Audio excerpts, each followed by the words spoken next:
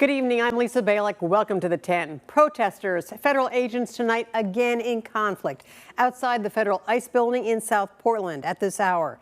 This comes after demonstrators breached the doors last night. Some were arrested. Our Ariel Salk has been there throughout the weekend. She joins us live from South Portland.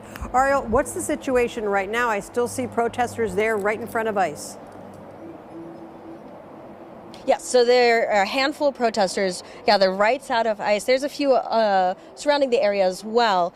They've been out here dancing, chanting, making some noise and waving flags. Now, right up the street, I've been seeing Portland police on bicycles. Every once in a while, they'll drive through this street down the way, a few blocks away. I also saw additional Portland police on bicycles and motorcycles. We're seeing about maybe a little under 100 people out here tonight. That is a lot less protesters compared to yesterday. Throughout the day, ICE agents would come out of the building to move bags of trash from outside the building left by protesters, to let Homeland Security vans in or out of the building, and a couple cases to have presence when a protester would get a little too close. Now, around 5, an unmarked van pulled into the ICE driveway. Protesters tell me they saw 2 people who are not with this group out here. They came out of the van. They were fully covered in masks, threw their keys across the street, possibly on top of another building, and ran. Portland police came and examined the van for explosives. When it was cleared, they had it towed. Yesterday, the front doors of the ICE building were smashed in. Agents put up boards to secure them. Today, it appears that they have reinforced those doors with additional materials. I spoke with one protester who wants to share why they're still out here.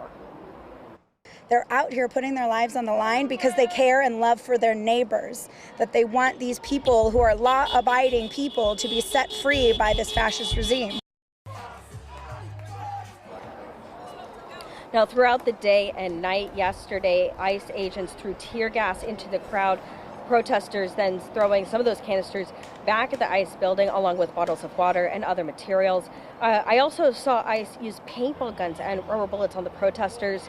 Just before 11 last night, state troopers arrived chasing some of those protesters away, while Portland police made announcements saying they were going to make targeted arrests. 3 people arrested. Law enforcement say there will likely be more arrests in the coming days. Now here, take a look. I found a couple of these rubber bullets today. They're scattered all over the ground out here tonight. I also, you can see the Portland police are coming out, making those rounds up and down this street. They also made an announcement where I honestly don't know if it was the Portland police or the ICE, but we heard an announcement over a megaphone saying if the protesters get too close to this building, that they'd be considered trespassing and there would be arrests. All right, Ariel. Reporting live in South Portland, Ariel Salk. Back to you. Yeah, Ariel, it's interesting. They closed off that street there, in South Bancroft earlier tonight. It's back open after they moved that van.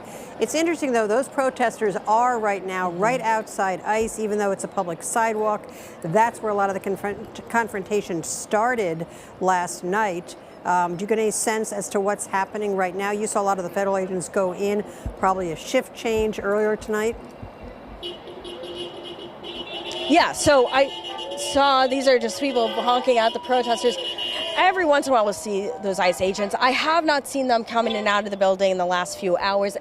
More likely or not, I'll see 2 or 3 on the very top of this building. And as you said, yes, Portland police did block off that area when there was that van, but also the protesters. They brought out cones to divert traffic just in case there was explosives on the van.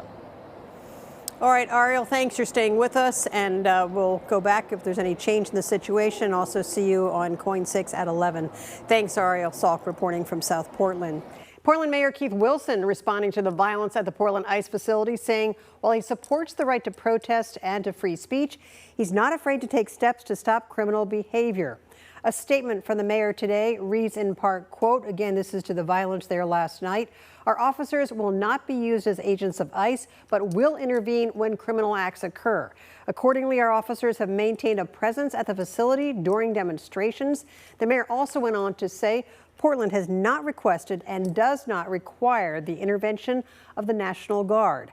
Deploying military troops to the heart of an American city as the administration has done in Los Angeles, is unwarranted, unprecedented, and unconstitutional. We have the mayor's full statement, by the way, at coin.com.